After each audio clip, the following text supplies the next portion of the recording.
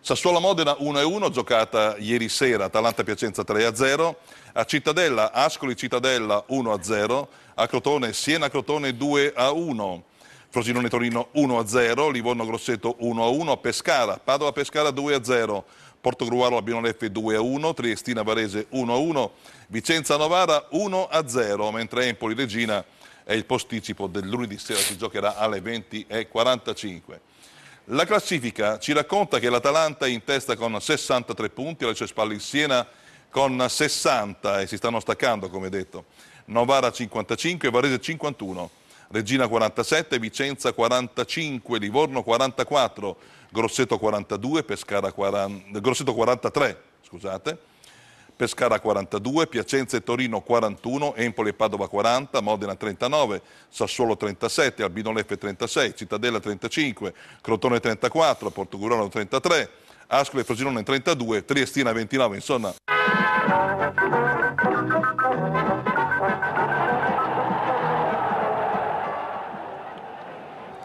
Dopo 4 pareggi consecutivi, un Novara in crisi di gol e risultati deve assolutamente vincere per tenere il passo di Atalanta e Siena. Il Vicenza però insegue ancora il sogno playoff. Arbitra Ciampi di Roma. Quinto minuto, Novara in avanti, palla dentro per Motta ma la girata termina alta. 12esimo la risposta del Vicenza, il pallone buono per Bruscato entra in area ma calcia sull'esterno della rete. Il Vicenza guadagna metri, 21esimo, azione che si sviluppa sulla sinistra. Il cross in mezzo, Bruscato per Tulli, l'attaccante solo in mezzo all'area ma calcia debole e centrale. Occasionissima mancata dai padroni di casa che si ripetono anche 3 minuti più tardi. Il pallone arriva da Bruscato che da 1 metro dalla porta di Ucani non riesce a battere a rete.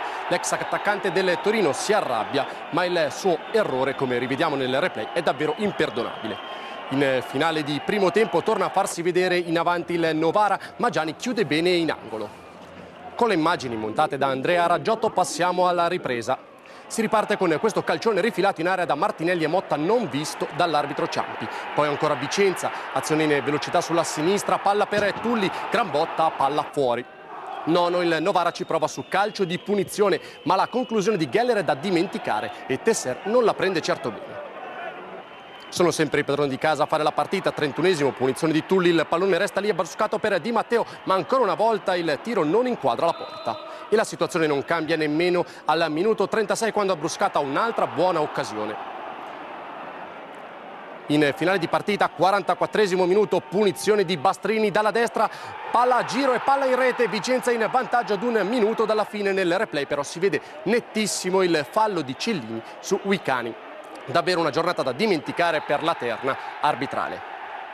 Possiamo staccare con le immagini. Il Vicenza, per quello che abbiamo visto sul terreno di gioco, ha sicuramente meritato la vittoria, ma il risultato è fortemente macchiato dai gravissimi errori arbitrali. Per quanto riguarda il Novara, la crisi è sempre più nera e il Vicenza, come avete detto da studio, agguanta la zona playoff. Migliore in campo botta del Vicenza, dal Menti ribadisco il risultato, Vicenza batte Novara 1-0, la linea può tornare allo studio. De Capitani, ci puoi aggiungere qualche cosa, se è ancora in linea il collega da Vicenza? Sì, su questa botta?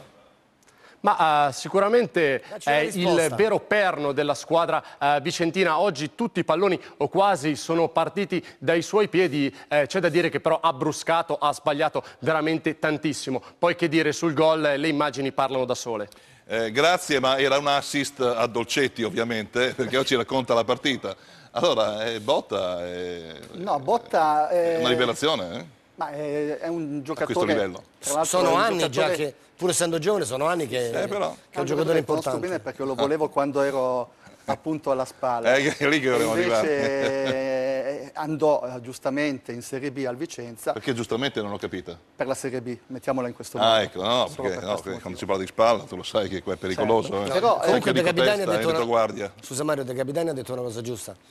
Il gol irregolare, perché irregolare... ho parlato oggi di arbitri un po'... Sì, ma il Vicenza ha creato tantissime occasioni per vincere. Sì, no, in effetti il Vicenza ha fatto una buona partita, infatti volevo appunto un po' presentare questo Vicenza che con la vittoria di oggi così si è affacciato veramente in zona playoff e appunto Botta come mezzala sinistra insieme a Gavazzi in mezzala destra sono stati secondo me i giocatori più importanti nello scacchiere. Come gioca il Vicenza di Maran? Lo vediamo con questa clip, gioca un 3-5-2 particolare.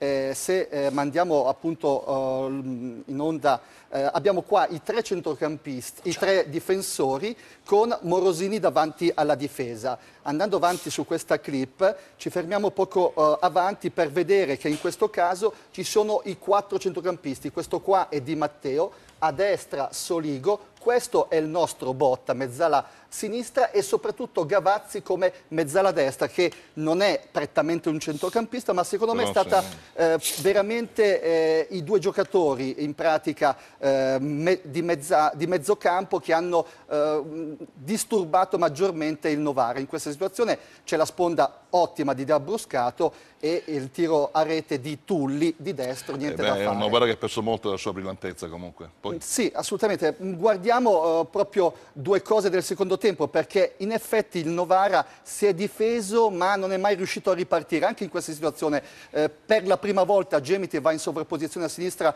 di Rigoni, cross, e c'è un'uscita importante di Rossi portiere. Vediamo un'azione del Vicenza anche qua del secondo tempo, sempre con la voglia di attaccare, questa volta è Tulli, cross a rientrare, questa volta uscita Duicani, quindi 2 portieri, 2 uscite, e poi alla fine forse l'uscita più importante ha deciso la partita, nel senso che Cellini, se lo vogliamo proprio rivedere, qua si decide la partita, Bastrini batte e c'è Cellini che va proprio in qualche modo a disturbare il portiere e ha deciso la partita. Certo. Però devo dire che il Novara, al di là di questo, perde un punto e il Vicenza in ogni caso come prestazione è stata veramente ok. Ne guadagnati sì, con merito 3.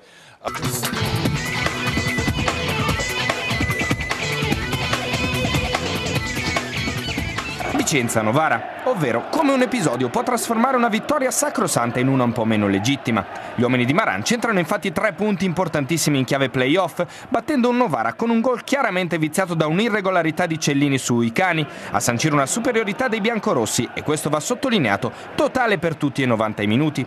Entrambe le squadre hanno parecchio da perdere e la conseguenza più logica è che la gara fatica a carburare.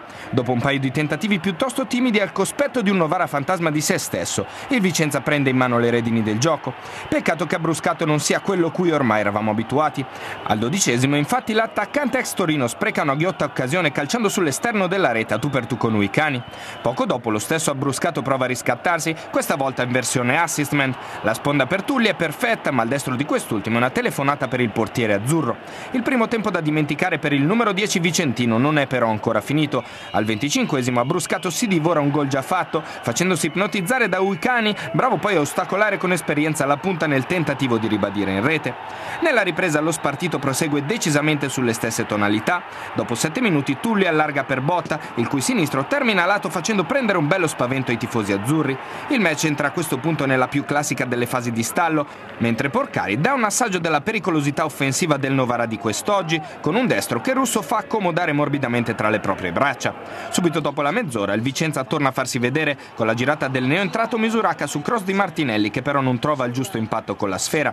Tesser prova a svegliare i suoi, riallestendo la coppia d'oro di inizio campionato Bertani-Gonzales, quest'ultimo entrato al posto di un Rubino mai pericoloso. Il risultato però è che a prendersi il proscenio è ancora Bruscato, che di testa non riesce a inquadrare la porta sulla punizione di Gianni. L'altro neoentrato Misuracca nel frattempo ci riprova dalla distanza, ma Uicani blocca in tuffo, ignaro di quello che succederà di lì a breve. All'88esimo infatti il Vicenza trova il match point. La punizione di Bastrini dall'out di destra termina infatti la propria corsa direttamente in rete. Peccato che il direttore di gara non rilevi una gomitata grande come una casa di Cellini su Icani, quest'ultimo chiaramente impossibilitato a intervenire. Una svista che costa assai caro agli azzurri, perché per un Vicenza che rimane in piena corsa playoff con l'ennesimo acuto di una stagione sopra le righe, Tesser deve fare i conti con un'altra conferma di quello che ormai da tempo si sospettava. Il Novara non è più lo stesso. La vittoria manca dal 14 febbraio scorso in occasione del derby col Toro al Piola. Questa volta però il rumore dei nemici, o meglio degli inseguitori, rischia di diventare qualcosa di più che un semplice fastidio. Necessariamente dobbiamo focalizzare in questa fase la nostra attenzione su quanto accaduto al Menti. Tante polemiche arbitrali, ha vinto il Vicenza e il Novara non ci sta, vero Enrico Cerruti? No, assolutamente. Tesser è molto arrabbiato con gli arbitri per l'episodio di oggi. Ha detto meritiamo rispetto. L'allenatore del Novara in questi mesi non ho mai parlato degli arbitri, ha detto Tesser. Ora mi sembra giusto dire che siamo una piccola squadra appena arrivata in Serie B, ma meritiamo rispetto. L'episodio ci ha penalizzato e ho visto una direzione arbitrale a nostro sfavore per tutto l'arco della partita. Tesser ha detto che il Novara avrebbe meritato un pareggio, mentre Maran invece ha detto che è sacrosanta la vittoria del Vicenza e che è stata una delle migliori prestazioni stagionali. Allora, Alfredo, detto che ha ragione Tesser, perché questo episodio è lampante, no? Il fallo di Cellini sui cani è lampante. Sei d'accordo, Cristian? Sei d'accordo, Alfredo? Sì. L'abbiamo detto, giusto? Non si può aggiungere neanche una virgola. Cioè, no, però, Alfredo, il Novara non ha fatto nulla. Il Novara ha fatto poco. Il Novara ha fatto poco, il Novara ha confermato purtroppo la flessione dell'ultimo mese e mezzo, a parte Bergamo, perché a Bergamo ha fatto un grande secondo tempo e probabilmente l'aria della grande partita ha ripristinato tutti i meccanismi, ma anche il Novara di oggi è stato abbastanza deludente. Cioè, in sintesi, Tesser ha ragione. Bravo. Io non so quanto possa essere stata sacrosanta la vittoria, come dice Maran, rispetto il giudizio di Maran, però è un Novara lontanissimo parente Guarda del Novara voti, che Alfredo, conosciamo, dai. sì, a parte giustamente come dici tu i voti, un Novara al 20% rispetto a Novara. Quindi adesso c'è la necessità di dimenticare l'episodio e di ripartire, ma sono troppi momenti bui. Cioè mi viene in mente il Portogruaro, mi viene in mente il Sassuolo, sono partite banali, partite anonime, partite non da Novara, partite in seconda marcia. Il Novara ci aveva abituato alle marce altissime, quarta, quinta, e quindi fa discutere. Soprattutto la differenza la fanno gli attaccanti, no Cristian? Tu sei un attaccante, la differenza per il Novara nel girone d'andata e anche in parte all'inizio, in quello del ritorno, l'avevano fatta Bertagna Gonzalez. Sicuramente. Adesso se il Novara non segna più è perché non segnano anche loro, no? Sì, ma credo che sia magari più, ovviamente anche degli attaccanti, ma credo che sia, ecco, un po' un problema generale. Non so che problemi stiano avendo. Però un dato di fatto è che la marcia è rallentata. La marcia è rallentata. Ti aspettavi questo calo improvviso? Perché di calo si può parlare? Perché... Sinceramente no. No, perché li vedevo molto bene. Poi c'è anche da dire che forse è vero, andavano anche troppo forte e quindi il calo ci può stare. Il calo ci può stare, questa è la classifica. Il Novara è vero che deve guardare sempre il Siena, no? Perché magari la speranza rimane di raggiungere il secondo posto, sinonimo di promozione diretta in Serie A, però deve guardarsi anche alle spalle, perché poi Varese e la Reggina, se dovesse battere l'Empoli nel posticipo, insomma, potrebbero accorciare. Alfredo, il Vicenza però, no, scherzando e ridendo, con una partita da recuperare, Alfredo, è lì, Il Vicenza sta facendo un grande campionato. Il famoso discorso centro classifica in su, stiamo andando più su, sempre più su. È una squadra che giustamente adesso non ha le pressioni, ha fatto i punti che doveva fare più o meno per la salvezza, quindi deve recuperare una partita. Noi immaginiamo quella partita che comunque gioca contro un Ascoli in gran forma. Non sarà semplice, alterna gli uomini davanti, non si blocca su Cellini fin quando Cellini non gli dà delle garanzie. Prima giocava Misuraka fisso, adesso oggi ha proposto Tulli, quindi Maran se la sta giocando bene. Nella rotazione credo che sia una rotazione sicuramente significativa sotto questo punto di vista da parte del Vicenza. E il Vicenza è il discorso di prima, cioè noi non dobbiamo dimenticare un concetto che per me è fondamentale. Se il Torino non dovesse riprendersi e non dovesse centrare un posto per i play-off, il play-off perderebbero una grande indiziata, perché alla lunga il Torino i problemi li risolverebbe, li dovrebbe risolvere, non so come dire. E quindi la griglia è una griglia decisiva, perché arrivare terzi in un campionato così diventa quasi fondamentale. Noi abbiamo visto l'anno scorso, abbiamo visto nella storia della Serie B cosa significhi arrivare al terzo posto, a maggior ragione se non dovesse esserci qualche nobile, e la nobile nel caso specifico è il Torino. Ne parlavamo fuori onda mentre guardavamo i servizi proprio con Cristian, no? Che la lotta playoff potrebbe diventare davvero incandescente e accendersi. Sicuramente ci sono tantissime squadre in pochi punti, come anche in fondo alla classifica, dove purtroppo ci siamo anche noi. Vabbè, proprio in fondo e tra virgolette, perché non mi ritengo né salvo né niente, però anche perché il campionato di B lo conosciamo, è stranissimo. Siete a 2 punti dal Torino, dai. Sì, quindi vedila così, Cristian. Sì, ecco, dobbiamo pensare positivo.